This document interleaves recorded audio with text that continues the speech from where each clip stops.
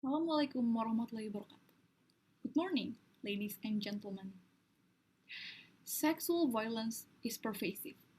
There's no industry or institution that is immune to it.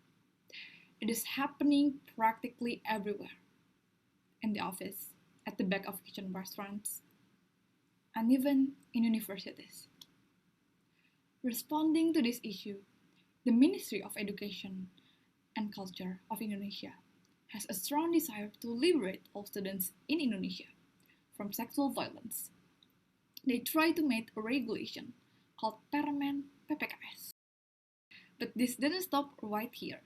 Despite everyone agreed to stop sexual violence in university, there is surprisingly a controversy of Permen PPKS.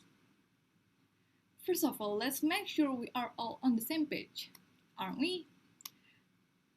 What is Permen PPKS? Permen PPKS is actually short for Peraturan Menteri Pendidikan, Kebudayaan, Riset, dan Teknologi tentang Pencegahan dan Penanganan Kekerasan Seksual. Officially, it is the Permendikbudristek number 30 per 2021. It is actually a ministerial regulation issued by Nadiem Makarim on August 31st concerning the prevention and handling of sexual violence in universities.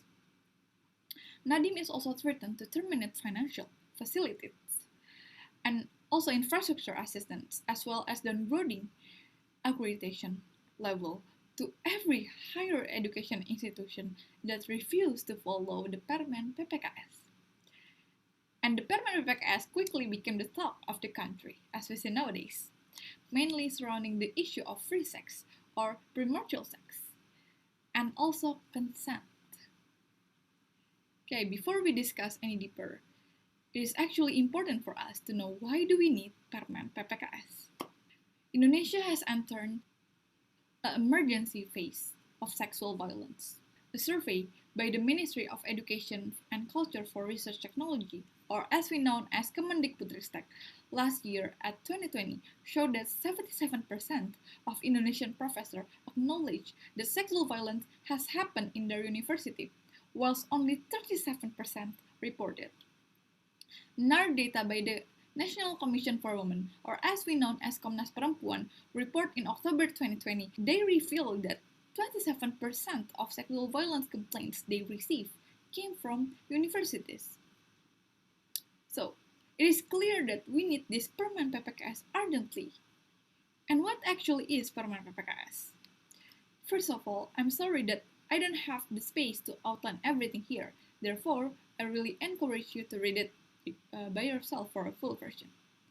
Anyways, here are some of the highlights. Article 5 verse 1 outlines that sexual violence includes the acts that are verbal, non-physical, and or through technological information. And there's actually a huge emphasis on the phrase without the victim consent, as I highlighted on yellow. And as you'll see later, this will be the source of its controversy. So, overall, from here, you see a beneficial and a good regulation, right? Then, how can this be controversial? As I said it before, without victim consent is accused of indirectly legalizing and promoting free sex. Free sex here is actually means premarital sex and adultery, or maybe you will familiar if I say it with perzinahan. How? How the logic goes like this? Well, let me explain it to you. If the logic actually goes like this.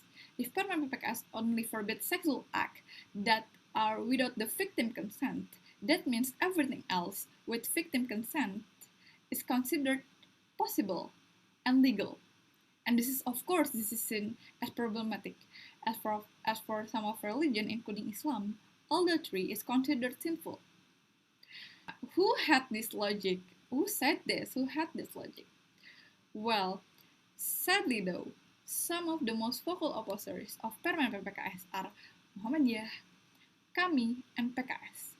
And even the chairman of PKS actually already stated his strong argument. So this all controversy actually leads us to the big question. Can the Permen PPKS actually legalize free sex?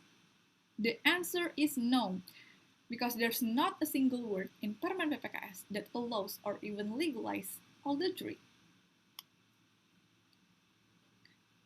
Okay, in conclusion, please let me restate my statement. Not everything that is not regulated in regulation is permissible, and that is not how legal logic works. Look at the focus, the prevention and handling of sexual violence on campus. Not everything has to be regulated. In Permendikbud, right? About the consent stuff, we already had the laws regarding adultery on our criminal code. Therefore, there's no reason for you to say no to Permen PPKS. I'm Saffana. Wassalamualaikum warahmatullahi wabarakatuh.